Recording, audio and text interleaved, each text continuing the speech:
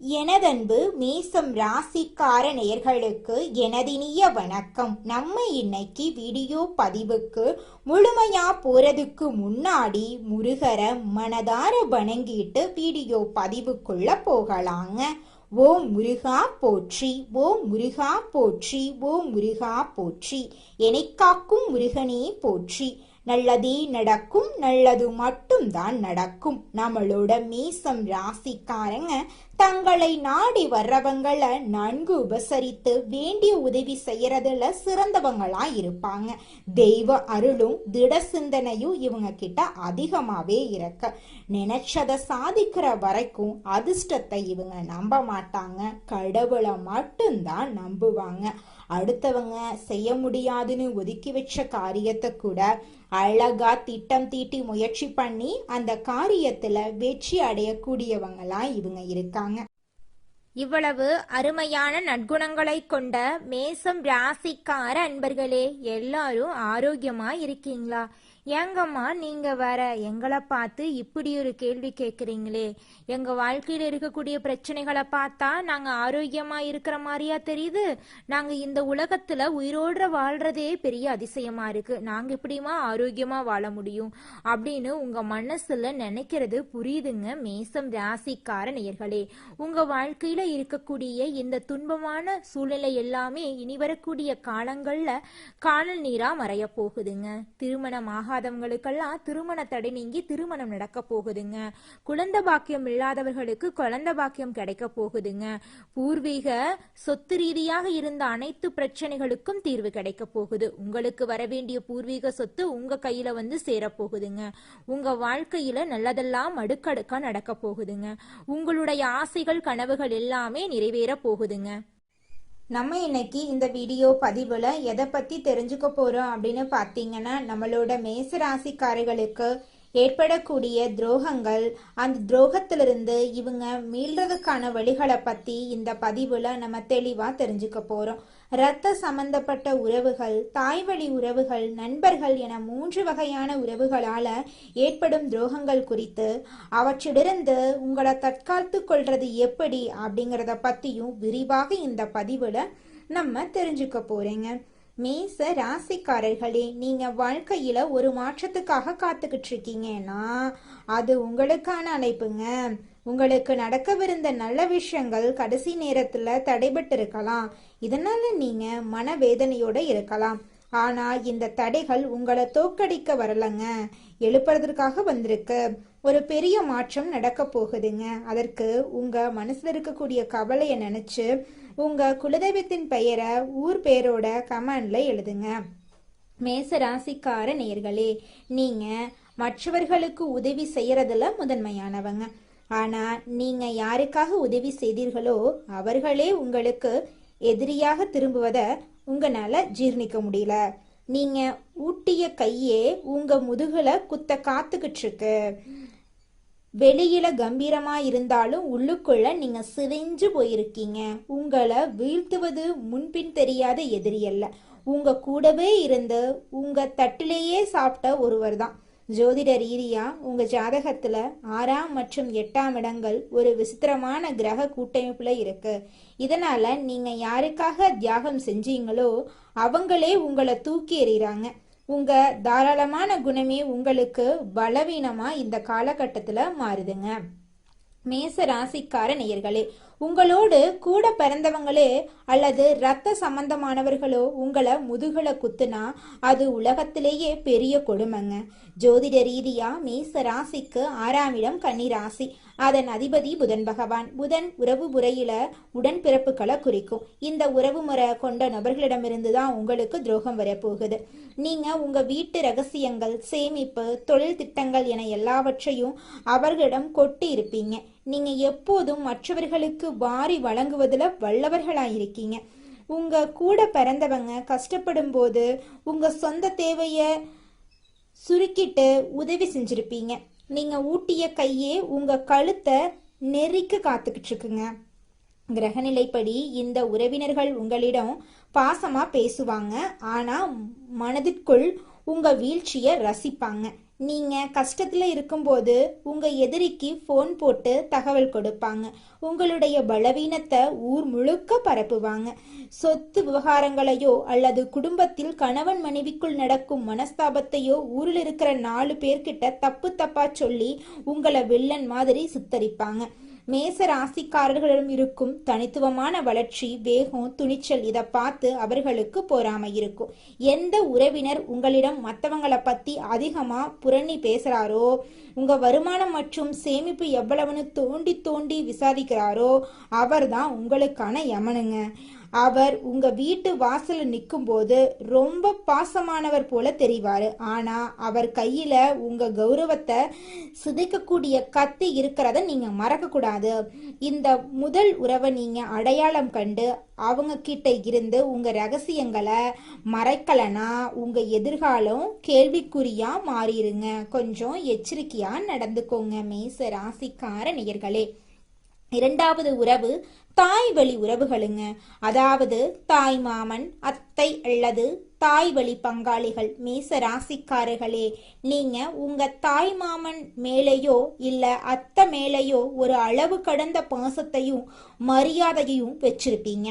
ஆனா அவங்க மனசுல உங்க வளர்ச்சியை பார்த்து ரொம்ப வருஷமாவே பொறாமையில இருக்கிறாங்க. நீங்க ஒரு புதிய தொழில் ஆரம்பிச்சாலோ இல்ல உங்க பிள்ளைங்க நல்லா படிச்சு பெரிய இடத்துக்கு போனாலோ வெளியில சிரிச்ச முகத்தோட ரொம்ப சந்தோஷம்னு சொல்லுவாங்க. ஆனா அன்னைக்கு ராத்திரி அவங்களுக்கு தூக்கமே வராதுங்க. உங்க குடும்ப ரகசியத்தை உங்க எதிரிகளிடம் கொண்டு போய் சேர்ப்பதுதான் இவங்க செய்ய போற மிகப்பெரிய துரோகம். உங்க வீட்டு பெண்களை பத்தியோ இல்ல உங்க தொழிலை பத்தியோ இல்லாதது பொல்லாததும் சொல்லி உங்க குடும்பத்துக்குள்ளேயே ஒரு குழப்பத்தை இவங்க உருவாக்கிடுவாங்க. இவங்க எப்பவும் உங்ககிட்ட பேசும்போது ரொம்ப கனிவா பேசுவாங்க. ஆனா அவங்க பேசுற ஒவ்வொரு வார்த்தையும் ஒரு விஷத்தன்மை கொண்டதுங்க. எந்த ஒரு உறவினர் உங்ககிட்ட ரொம்ப பாசமா இருந்துட்டு அதே சமயம் உங்க குடும்ப ரகசியங்களை மற்றவங்க கிட்ட சொல்லி பெருமைப்படுத்துறாங்களோ அவங்க தான் துரோகிங்க. இந்த சங்குடிகளிடமிருந்து நீங்க உங்களை பாதுகாக்கலனா உங்க உழைப்பு எல்லாமே வீணா போயிருங்க. கொஞ்சம் ஜாக்கிரதையா நடந்துக்கோங்க. அப்பத்தான் நீங்க நிம்மதியா வாழ முடியும். 3வது நபர் உயிர் நண்பன் என்று சொல்லக்கூடிய நிம்மதியை குலைக்க போகிறவர். மேச ராசிக்கு 11ஆம் இடம் லாபஸ்தானம், நண்பர்களை குறிக்கும் இடம். நீங்க யார உங்க வெற்றிக்கு காரணமா நினைக்கிறீங்களோ, யார உங்க கஷ்ட காலத்துல கூடவே நிப்பாங்கன்னு நம்புனீங்களோ அவரு உங்க வீழ்ச்சிக்கு அஸ்திவாரம் போட போறாருங்க. உங்ககிட்ட இருக்கிற ஒரு மிகப்பெரிய பலவீனம் என்னன்னா, ஒருத்தரை நம்பிட்டீங்கன்னா அவங்களுக்காக எதையும் நீங்க செய்வீங்க. உங்க தொழிலோட ரகசியங்கள், வீட்டில் இருக்கிற நகையோட கணக்கு, உங்க கணவன் அல்லது மனைவி கிட்ட நீங்க பேசுற அந்த தனிப்பட்ட விஷயங்கள், இப்படி எல்லாத்தையும் அந்த நண்பன் கிட்ட ஒரு திறந்த புத்தகம் மாதிரி நீங்க வச்சிருப்பீங்க. ஆனா அந்த நண்பன் என முகமூடி அணிந்த நபர் உங்க வளர்ச்சியை பார்த்து உள்ளூரா புலரி பேசிட்டு இருப்பாங்க. உள்ளுக்குள்ள பாசமா இருக்கிற மாதிரி நடிப்பாங்க. உங்களுக்கும் ஒருத்தருக்கும் சின்னதா ஒரு பகை இருக்கலாம். அந்த பகைவன் கிட்ட ரகசியமா தொடர்பு வச்சிருப்பாங்க. உங்க வீட்டு ரகசியத்தை அணுவணுவா அவங்கிட்ட விற்க போறாங்க. எந்த ஒரு நண்பன் உங்க முன்னாடி மட்டும் அதிகமா புகழ்ந்து பேசிட்டு நீங்க இல்லாத இடத்துல உங்களை பத்தி குறை சொல்றாரோ அவர்தான் உங்க எதிரிங்க. உங்களுடைய வெற்றியை விட உங்க தோல்வியில அதிக ஆர்வம் காட்டுற அந்த நண்பன் கிட்ட இருந்து இப்பவே விலகிருங்க. இல்லனா உங்க மதிப்பு, பணம், நிம்மதி எல்லாமே ஒரே நாள்ல காணாம போயிருங்க. உங்க வாழ்க்கையே பறிபோயிருங்க. கொஞ்சம் பார்த்து நடந்துக்கோங்க. உங்களை தூக்கி வச்சவங்க முன்னால, உங்களை தலைகுனிய வைத்தவர்கள் முன்னால நீங்க மீண்டும் அரியநிலை ஏற போறீங்க. முதல்ல நீங்க செய்ய வேண்டிய நிசப்தம். துரோகம்னு தெரிஞ்சதும் ஆக்ரோஷமா போய் அவங்க கிட்ட சண்டை போடாதீங்க. மாறா நீங்க மௌனமா உங்க வேலையில கவனம் செலுத்துங்க. உங்க வெற்றி தான் அவங்களுக்கு நீங்க கொடுக்கும் மிகப்பெரிய தண்டனைங்க. செவ்வாய்க்கிழமை ராகுகால பூஜை பண்ணுங்க. தொடர்ந்து 9 செவ்வாய்க்கிழமைகள்ல ராகுகால நேரத்துல துர்கை அம்மனுக்கு எலுமிச்சை பழத்துல நெய் தீபமிட்டு வழிபாடு செய்யுங்க. தினம்தோறும் கந்த சஷ்டி கவசம் அல்லது சத்ரு சம்ஹார அஷ்டகத்தை பாராயணம் செய்யுங்க. சனிக்கிழமைகள்ல உங்க வீட்டுக்கு பக்கத்துல இருக்கக்கூடிய சனி பகவான் ஆலயத்துக்கு போயிட்டு சனி பகவான மனதார வணங்கிட்டு வாங்க. உங்க வாழ்க்கையில இருக்கக்கூடிய அனைத்து பிரச்சனைகளும் காணல் நீரா கரைஞ்சு போயிருங்க. துரோகிகளுக்கு காலம் பதில் சொல்லுங்க. நீங்க மீண்டும் வளர்ந்து வர்றத பார்த்து அவங்க அதிர்ச்சி அடைவாங்க. இனிமேல் யாரிடமும் எதையும் பகிர வேண்டும் என்பதை ஒரு இரும்பு திரையை உருவாக்கி கொள்ளுங்க. உங்க ரகசியங்கள் உங்க வெற்றியை மட்டுமே ஒளிக்கட்டுங்க. மேசம் ராசிக்காரர்களே, துரோகிகளிடமிருந்து உங்களை பாதுகாத்து கொள்ளக்கூடிய சில நுட்பங்களை பத்தி தெரிஞ்சுக்கலாங்க. காலையில சீக்கிரமா எந்திரிச்சிருங்க. சிவப்பு நிற ஆடைகளை தவிர்ப்பது ரொம்பவும் நல்லதுங்க உங்க வாழ்க்கைக்கு. தினமும் ஆஞ்சநேயரை வழிபாடு செய்யுங்க. ஆஞ்சநேயரை வழிபாடு செய்யணும் அப்படிங்கிறதுக்காக கோயிலுக்கு போகணும் அப்படிங்கிற அவசியம் கிடையாது. உங்களால முடிஞ்சா கோயிலுக்கு போயிட்டு வாங்க. முடியலனா உங்க வீட்டில் ஒரு ஆஞ்சநேயர் போட்டோவை வச்சு ஆஞ்சநேயரை மனதார வேண்டிக்கோங்க. உங்க வாழ்க்கையில் இருக்கக்கூடிய அனைத்து கவலைகளும் காணல் நீரா கரைஞ்சு போயிடும். செவ்வாய்க்கிழமைகள்ல விரதம் இருங்க.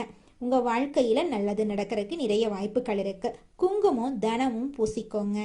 தீய வார்த்தைகள் பேசாம இருந்துக்கோங்க. காப்பு கட்டிக்கோங்க.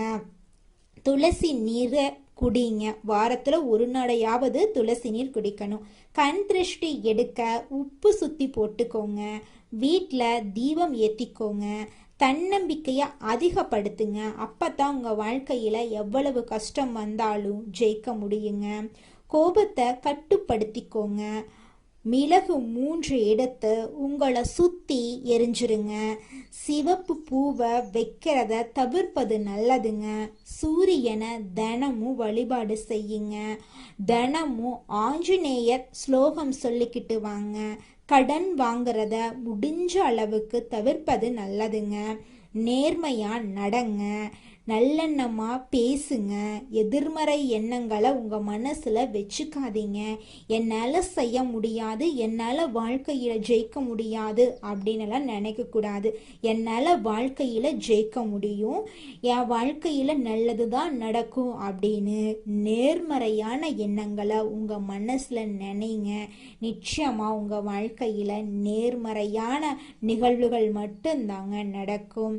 கல்லூரி வேலை இடத்துல யாரையும் நம்பாம இருங்க.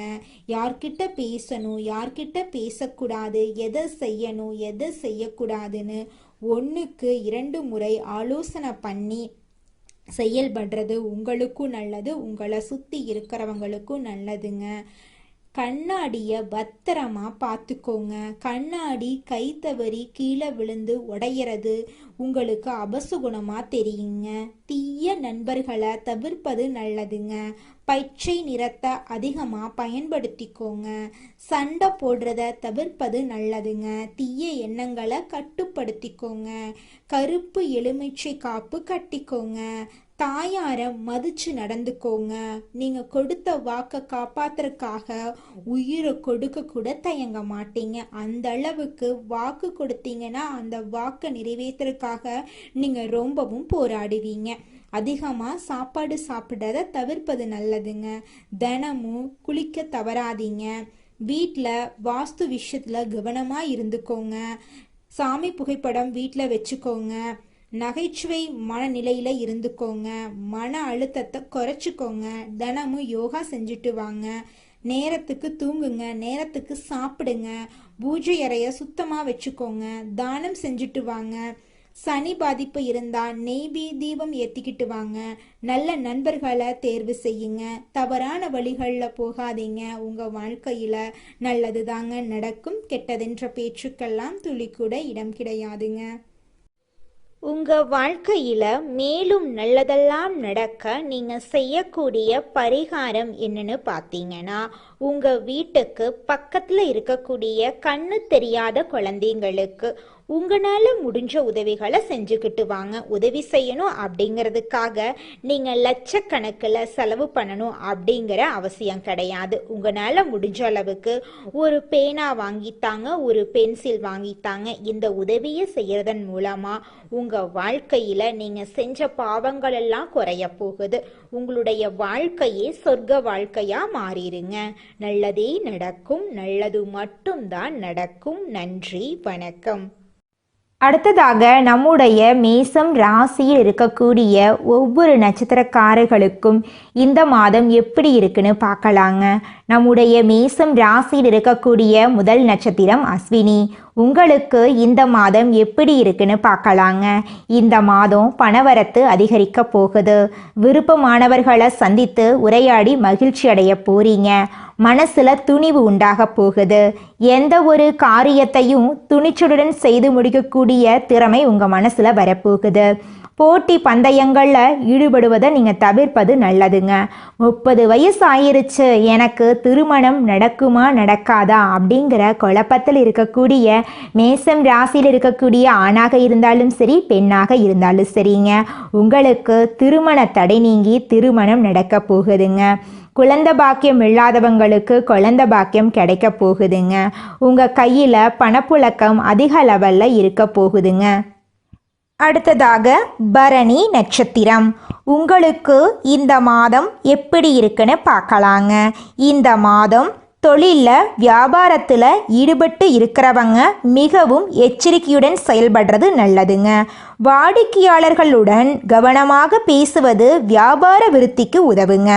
உத்தியோகத்தில் இருக்கிறவங்க கோபப்படாமல் மேலதிகாரிகள் சொன்ன வேலையை செய்து முடிப்பது நல்லதுங்க.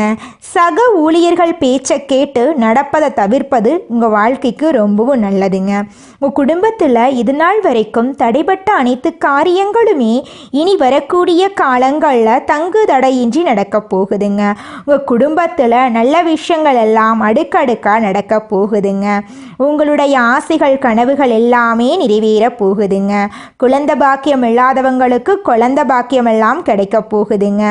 பூர்வீக சொத்து ரீதியாக இருந்த அனைத்து பிரச்சனைகளுக்கும் தீர்வு கிடைக்கக்கூடிய மாதமாக இந்த மாதம் உங்களுக்கு அமைஞ்சிருக்குதுங்க. அடுத்ததாக கார்த்திகை 1ஆம் பாதம். உங்களுக்கு இந்த மாதம் எப்படி இருக்குன்னு பார்க்கலாங்க. இந்த மாதம் கணவன் மனைவிக்கு இடையே இருந்த ஈகோ பிரச்சனை காணாமல் போக போகுது. கணவன் மனைவி இருவருமே ஒற்றுமையான வாழ்க்கையை வாழ போகிறீங்க. ஒற்றுமையான வாழ்க்கை வாழ்கிறங்காட்டி நீங்கள் வாழ்க்கையில் இது நாள் வரைக்கும் இருந்த அனைத்து பிரச்சனைகளையும் நீங்கள் தவிர்க்க போகிறீங்க.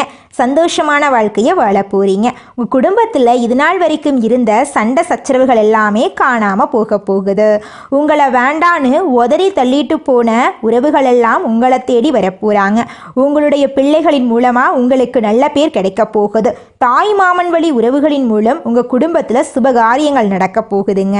உங்கள் வாழ்க்கையில் இனி வரக்கூடிய காலங்களில் கவலை கண்ணீர் அப்படிங்கிற பேச்சுக்கெல்லாம் துளி கூட இடம் கிடையாதுங்க. உங்களுடைய எண்ணம் போல உங்கள் வாழ்க்கையும் இனி வரக்கூடிய காலங்களில் அற்புதமாக இருக்க போகுதுங்க.